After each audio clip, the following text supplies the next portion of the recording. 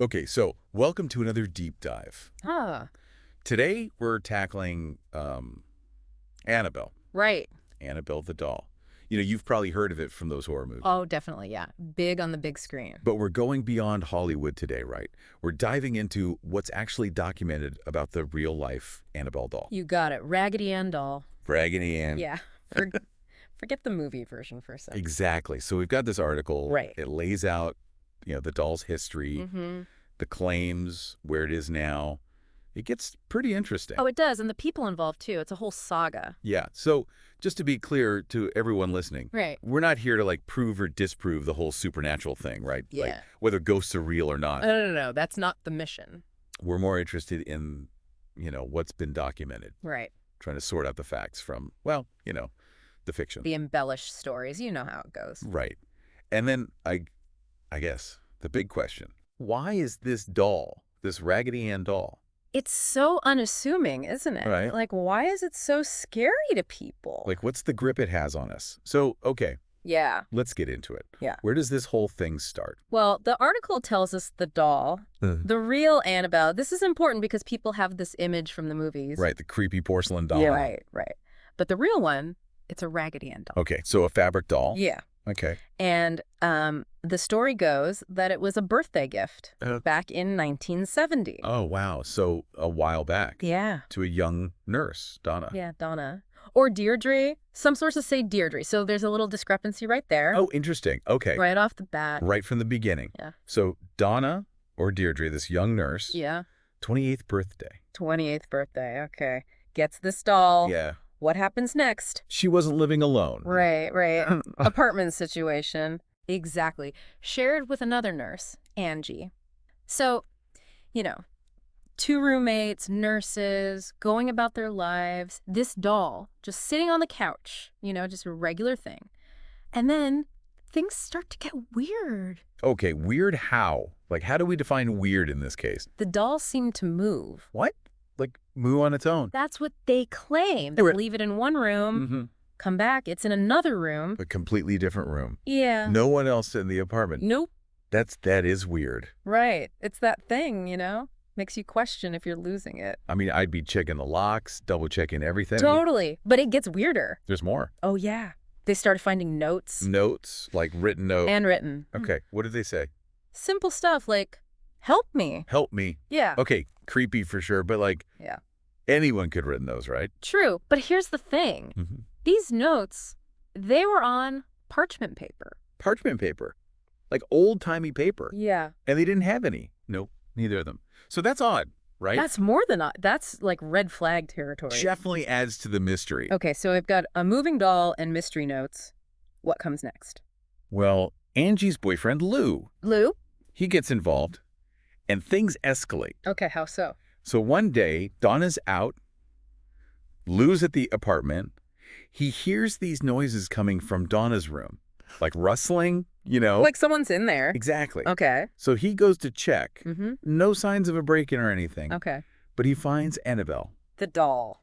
Yeah, lying face down on the floor. Okay, that's creepy, but maybe just a coincidence. Maybe. But then things get really bad for Lou. How bad are we talking? He starts feeling this intense pain Okay. in his chest, like burning, searing pain. Oh, no. And when he looks, there are these claw marks. Claw marks? Like what? Yeah, bloody claw marks on his chest. From the doll. That's the implication. How is that even possible? That's the big question, right? Right. And these claw marks, did they, stay? No, they vanished. Vanished. Completely gone after 2 days. No trace. Okay. At this point, I'd be freaking out. I think anyone would. So what did they do? Call the Ghostbusters. Actually, they called a medium. A medium. Yeah. Okay, interesting choice. Yeah. They wanted answers. Makes sense. So the medium does a seance Okay. and comes up with an explanation. Okay, hit me with it. The doll, it's inhabited by a spirit. A spirit. Yeah. But not like a demonic one. Okay. This spirit, it's a little girl. A little girl. Yeah. Annabelle Higgins, 7 years old. Annabelle Higgins. Okay. And supposedly, she died on the very ground where the apartment building was built. Oh, wow. Okay, so a tragic backstory. Yeah. And this spirit, it's just hanging out in the doll. That was the medium's take. And she's not evil. No, no. According to the medium, this Annabelle spirit, she's harmless, just looking for, like, a friend, wants to be loved, cared for. So, a lonely little girl spirit stuck in a doll. Oh, that's kind of sad. Yeah, there is a certain sadness to it. So what did Donna and Angie do? They felt sympathy for the spirit, Mm-hmm. and they allowed her to stay in the doll. They let her stay. Yeah. They thought they were doing the right thing. Okay, but this is where the Warrens come in, I right? got it. Famous paranormal investigators. Yeah. Ed and Lorraine Warren. Right, right. So how did they get involved? Well, Donna and Angie, even though they believed the spirit was friendly, Mm-hmm. they were still a bit freaked out. I mean, I would be. So they reached out to a priest, Father Higgins. Okay. He's an Episcopal priest. Okay. And he consulted with another priest, Father Cook. Okay. And it was Father Cook who decided to bring the Warrens into it. Okay, so we've got two priests and now these famous paranormal investigators. Yeah, the Warrens were like the go-to people for these sorts of things. Right, and the Warrens, they didn't buy the whole friendly ghost story, did they? Yeah. Not at all. They had a very different interpretation. Okay, what did they think was going on? They believed it was a demonic force. A demon. Yeah, Okay. not a little girl's ghost. They said this entity, it was manipulating the doll Manipulating it how? to gain attention. Okay. Ultimately, its goal was to possess a human. To possess someone, like take over their body. Yeah, like in the movies, but for real. Okay, that's Yeah. a whole other level of scary. Yeah, So the Warrens, they just dismissed the medium's explanation. completely. Their expertise was in demonology, and they saw all the classic signs. Okay, what signs are we talking about? Well, the way the doll moved. Right, the teleporting thing. Right. Then the notes appearing out of nowhere. On parchment paper they didn't own. Right. Okay. And then, of course, Lou's experience. Yeah, the claw marks. They called it the mark of the beast. Whoa. So, yeah, pretty serious stuff. Yeah, a demon versus a friendly ghost, Yeah. that's a huge difference. So what did they do? How do you deal with a demon?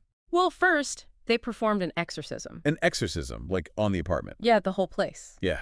Trying to get rid of the negative energy. Wow. Like Then they took the doll. Annabelle. Yeah. They figured it was the focal point. Okay, what were they going to do with it? Take it back to their museum. Their occult museum. Yeah. Right. They thought they could contain it there. Okay. Contain a demon. Yeah. Easier said than done, I guess. Especially with this doll. Even the car ride back was crazy. Oh, come on. Uh, What happened? Lorraine Warren. She's the one who told this story. Okay. She said the brakes kept failing. Failing. Like completely. Causing accidents. But then Ed, he'd sprinkle the doll with holy water. Holy water? Yeah. And the brakes would work again. Okay, that is hard to believe. It is a wild story. But it's their story. Right. So they get back to their museum. They've got this doll. What happens next? Well, they thought they had it contained, Mm, but they reported more weird stuff happening. even in their own home. Yeah. What was the doll moving again? Yeah, they said it was levitating. Levitating, like floating in the air. Yeah, and moving around the house. No way. They even locked it in a separate building, Okay. and it would still end up back in the house. Okay, that's just too much. It does make you wonder, doesn't it? It does. So how did they finally stop it? Well, stop it. Might not be the right word. Okay, contain it then. They had a special case made. A case. Yeah. Like a display case? Kind of, but it was made of wood and glass. Okay. And get this, they had prayers inscribed on it. Prayers? The Lord's Prayer and St. Michael's Prayer. Wow. For protection, I guess. I guess so. And Ed Warren, he would say a binding prayer over the case. A binding prayer. What's that? I guess it's a way to keep the spirit trapped. Trapped in the doll in the case. Exactly. And that's where she is now. As far as we know, yeah. Still in that case. Still in that case. Okay. Mm. But did this strange activity just stop completely after that? That's where things get a bit murky. Murky, how? Well, the Warrens, they claimed there were other incidents. Other incidents connected to Annabelle. Yeah, even though she was locked up. Okay, like what? One story involves a priest. A priest? Yeah. He visited the museum, Okay. and he wasn't respectful of the doll. What did he do? He picked it up. He picked up Annabelle. Yeah, and started mocking it. Mocking a demon-possessed doll. Doesn't sound like a good idea. Ed Warren warned him, too. He did. Yeah, but the priest didn't listen. Okay, and then what happened? He left the museum Mm-hmm. and got into a terrible car accident. Oh, no. Was he okay? He almost died. And the creepy part, What? he claimed he saw Annabelle in his rearview mirror right before the crash. Whoa! Like she was chasing him or something. That's messed up. Yeah. And there's another story. Another one. This time it's a museum visitor. He was laughing at the doll, banging on the case. Taunting it. Basically. What had to? He was riding his motorcycle home, Okay. lost control, and crashed into a tree. Died instantly. Oh, my God. And his girlfriend, she survived. Yeah. And she said they'd been joking about Annabelle just before the crash. Wow. Okay. So, two pretty awful stories. Definitely fuel the legend, don't they? They do. But there's something important to consider here. Right. The article points this out, too. Mm-hmm. All these stories, these incidents, we're relying on the Warrens' word. It's their account. Right, exactly. There's not much independent confirmation. We don't know the names of the priest or the motorcyclist. Right. And Donna and Angie never publicly confirmed any of it. Oh, that's interesting. Yeah. Neither did those two priests, right? Father Hegan and Father Cook. Yeah. No, they haven't spoken about it publicly, so it's all based on what the Warrens said. So it's really their narrative that's driven this whole thing. Yeah, for better or for worse. Okay. But either way, it's fascinating. It is. You've got this Raggedy Ann doll. Right. Yeah. And it becomes this, like, cultural phenomenon. And it's so different from the movie version. Oh, yeah. The movies went a whole different direction. Yeah, the Annabelle in the movies, it's this scary porcelain doll. Yeah. Very lifelike, menacing. But the real doll. Just a regular Raggedy Ann, cloth body, stitched features. Right, the kind of doll you'd give a kid to cuddle. Yeah. And what it does in the movies is so different, too. Totally exaggerated. Yeah. I mean, the real Annabelle, it's creepy, it moves, there are these unsettling incidents. Right. It's more about an unsettling presence. But the movie version, she's like straight up attacking people. Possessing people. Like full-on horror movie stuff. Yeah, it's a whole different level. It makes you wonder why they even bothered with Raggedy Ann in the first place. I think it's that image, you know? The innocent-looking doll turned evil. It's scarier that way. Definitely plays on our fears. It does. So the Warrens, they're gone now, right? Yeah, Ed passed away in 2006, Mm-hmm. and Lorraine in 2019. But what about Annabelle? Is she still at the museum? She is. Really? Yeah, their son-in-law, Tony Spera, Okay. he's in charge now. Okay, so he's running the museum. And still warning everyone about Annabelle. He believes it too, then? Oh, yeah. He's been quoted saying she's the most dangerous object in the museum. Wow, he's not messing around. Nope. But here's the thing. Hmm? There's a lot of skepticism about the Warrens and their work. Oh, right. Like, a lot of people think they exaggerated things. For attention? Maybe, or to make their cases more dramatic. So some people think they were, like, making things up. Or at least embellishing them. Okay, I mean, they're always skeptics. Right. But this Tony Spera, he seems to genuinely believe it. He does. He says messing with Annabelle is like playing Russian roulette. Russian roulette. Yeah. That's a bit intense. Yeah, his point is, even if there's a small chance of something bad happening... You don't want to risk it. Exactly. Better safe than sorry, I guess. Especially with a potentially demon-possessed doll. Right.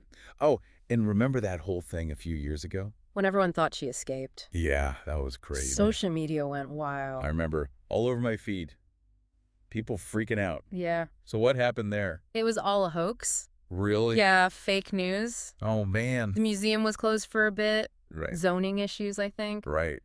And someone started that rumor. That Annabelle was loose. Yep. Tony Spera had to make a video Really? showing everyone she was still in her case. Oh, to calm everyone down. Yeah, he was like, don't worry, she's still here. Not that you should be relieved because, you know, she's dangerous. So there you have it. The story of Annabelle. A simple Raggedy Ann doll, Oh. supposedly with a very dark side. Yeah, and it's all based on what the Warrens documented. And their interpretation of events. Right, which, as we've said, has been questioned by some. Right, it's up to each person to decide what they believe. Yeah. Or weigh the evidence or lack thereof. And I guess that brings us to a final thought. Okay. It's something I've been thinking about a lot. Yeah. It's not really about whether you believe in demons or ghosts or any of that. Okay. It's more about why we're so drawn to these stories. That's interesting. Why is it always dolls? It's true. Like, why are dolls such a common thing in horror? Yeah, especially these innocent-looking dolls. Yeah, like Raggedy Ann. It's supposed to be a symbol of childhood. Of comfort. Right. But then it gets twisted into this symbol of fear. It's like this clash of innocence and evil. Exactly. It's unsettling. Yeah, and I think that's why the Annabelle story has stuck around. It taps into something deep in our psychology. I think you're right. It's like, what happens when something safe becomes dangerous? Yeah. That's terrifying. And I think that's what makes Annabelle so fascinating. Whether you believe the stories or not, it's a story that just stays with you. It really does. So thanks for joining us for another deep dive. Always a pleasure. And keep those lights on tonight. You never know what might be lurking in the shadows. Or sitting quietly on your shelf. Until next time.